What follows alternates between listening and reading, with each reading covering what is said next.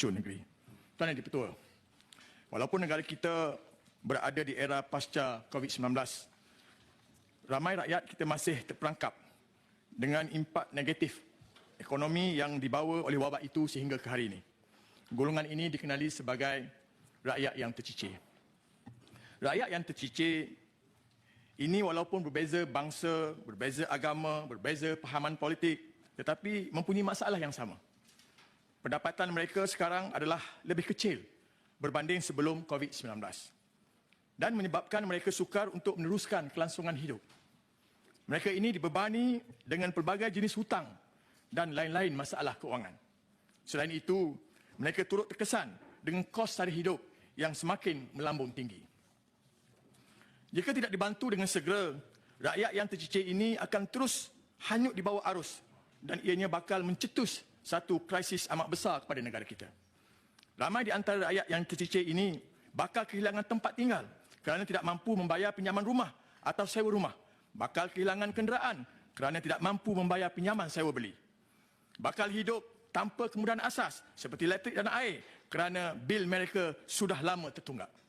Rakyat tercicir juga dipercayai bakal melahirkan generasi yang tercicir, Datuk Seri Speaker. Selain itu, kesihatan mental dan emosi mereka juga menjadi satu isu yang perlu diambil perhatian oleh semua, terutama pihak kerajaan.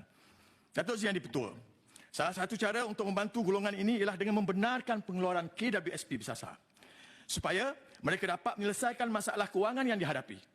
Wang itu boleh digunakan untuk membayar pinjaman rumah atau membayar sewa rumah, membayar bil-bil utiliti yang tertunggak dan juga pinjaman kenderaan.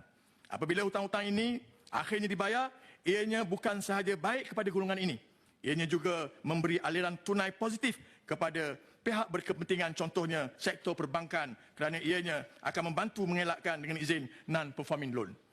Kesihatan mental dan emosi golongan ini juga akan lebih terjaga. Mereka akan memudahkan dan memulakan penghidupan baru. Terus Yang Dipertua, kita jangkakan limpahan ekonomi yang lebih baik untuk negara, justru membantu peniaga-peniaga kecil dan pelbagai pihak. Ini sudah terbukti dari segi data ekonomi pada tahun 2022. Bagaimana pengeluaran KWSP membantu kita mencatat sejarah pertumbuhan yang amat tinggi setelah berdekad-dekad lamanya tidak mencapai rekod sebegitu rupa. Amat menggusarkan bila rakyat dan netizen di luar sana bersuara bagaimana kuasa membeli di bazar Ramadan dan bazar Aidilfitri telah hilang pada tahun ini. Tambah menggusarkan lagi apabila saluran berita antarabangsa Channel News Asia pada 8 April minggu lepas melaporkan jualan-jualan menurun di bazar Ramadan di saat kos harga barang meningkat. Tuan Yang Dipertua, begitu banyak hujah-hujah diberikan untuk tidak membenarkan pengeluaran KWSP bersasar ini daripada diluluskan oleh kerajaan. Antara hujah utama yang sering diulang-ulangkan ialah kerajaan kena menjaga masa hadapan rakyat yang memerlukan KWSP bersasar ini.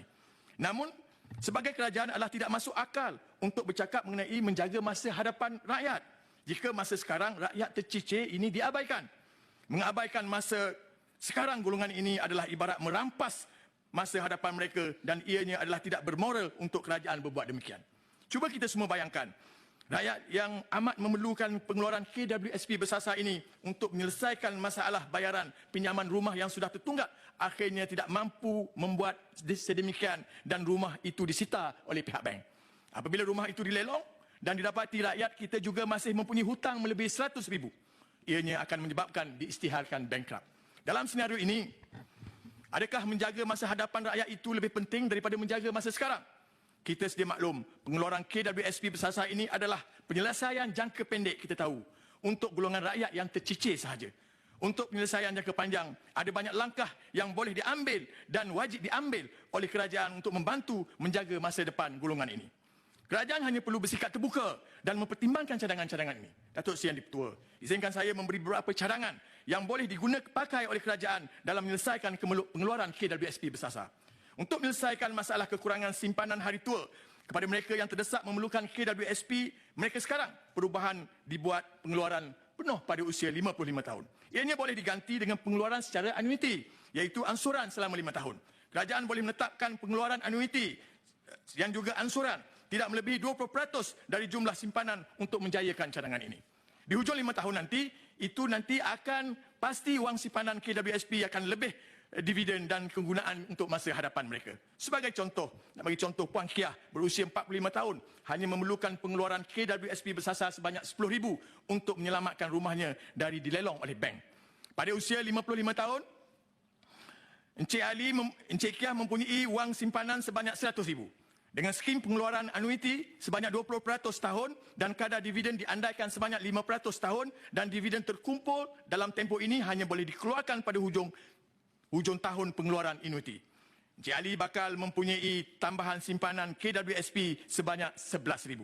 Ini adalah satu cadangan yang amat bernas untuk membantu Encik Ali dan keluarganya dari kehilangan tempat tinggalnya sekarang, dan kaedah ini membantu untuk masa hadapan beliau. Ramai di antara rakyat yang tercicir ini dalam pasca COVID-19 bekerja dalam sektor ekonomi gig. Saya ada diperkenalkan kepada individu yang sebelum ini bekerja tetap tetapi telah dibuang kerja ketika wabak melanda. Kini terpaksa bekerja dalam sektor ekonomi gig. Mereka ini tidak mempunyai caruman KWSP. Kerajaan boleh mewujudkan satu skim khas mewajibkan caruman KWSP untuk mereka dalam sektor ini. Mungkin pekerja gig boleh mencarun dalam kadar 2.5% dari pendapatan dan majikan gig menyumbang caruman pada kadar yang sama. Walaupun tidak sebanyak caruman seperti biasa, ianya serba sedikit dapat membantu, insya-Allah. Malah kerajaan mungkin boleh memberi insentif kepada pelepasan cukai untuk majikan gig bagi menjayakan cadangan ini. Kerajaan juga boleh mewujudkan skim tambahan caruman oleh majikan kepada mereka yang dikenal pasti oleh kerajaan sebagai rakyat yang tercicir yang terpaksa mengeluarkan KWSP mereka sekarang. Antara insentif yang boleh diberikan untuk majikan yang mahu menambah caruman termasuklah pelepasan cukai. Datuk Seri Yang di-Pertua, seperti yang saya nyatakan tadi di awal perbahasan tadi, pengeluaran KWSP bersasar ini adalah penyelesaian terbaik untuk jangka pendek sahaja. Namun penyelesaian jangka panjang adalah menjadi tanggungjawab pihak kerajaan untuk ditunaikan. Kerajaan perlu mewujudkan satu program pemulihan khas untuk rakyat tercicir yang terdesak memerlukan pengeluaran KWSP bersasar ini. Data dari permohonan pengeluaran boleh digunakan untuk menjayakan program ini. Berikut adalah contoh-contoh program pemulihan yang boleh kita laksanakan. Menurut data Pertubuhan Keselamatan Sosial (PKSO), semasa pandemik, industri perkhidmatan dan pembuatan merekodkan kadar pemberhentian kerja sektor masing-masing sebanyak 69% dan 21% pada tahun 2020. Dan bagi separuh pertama 2021, kadar ini masing-masing berada di paras 72% dan 18%. Sudah pasti, sebilangan besar yang termasuk dalam golongan rakyat yang tercicir ini ialah mereka yang ketika pandemik COVID-19 telah kehilangan kerja. Dengan umur yang kian meningkat dan syarikat-syarikat mengambil pilihan menjimatkan kos, amat sukar untuk golongan ini mencari kerja yang bersesuaian. Oleh kerana mereka tetap terpaksa mencari sesuap nasi, kini golongan itu ramai kembali bekerja tetapi menjadi dengan izin underemployed. Underemployed bermaksud mereka bekerja dalam bidang yang tidak menggunakan langsung atau separuhnya kemahiran, pengalaman dan juga kelayakan mereka. Dan ini juga menyebabkan gaji mereka lebih kecil.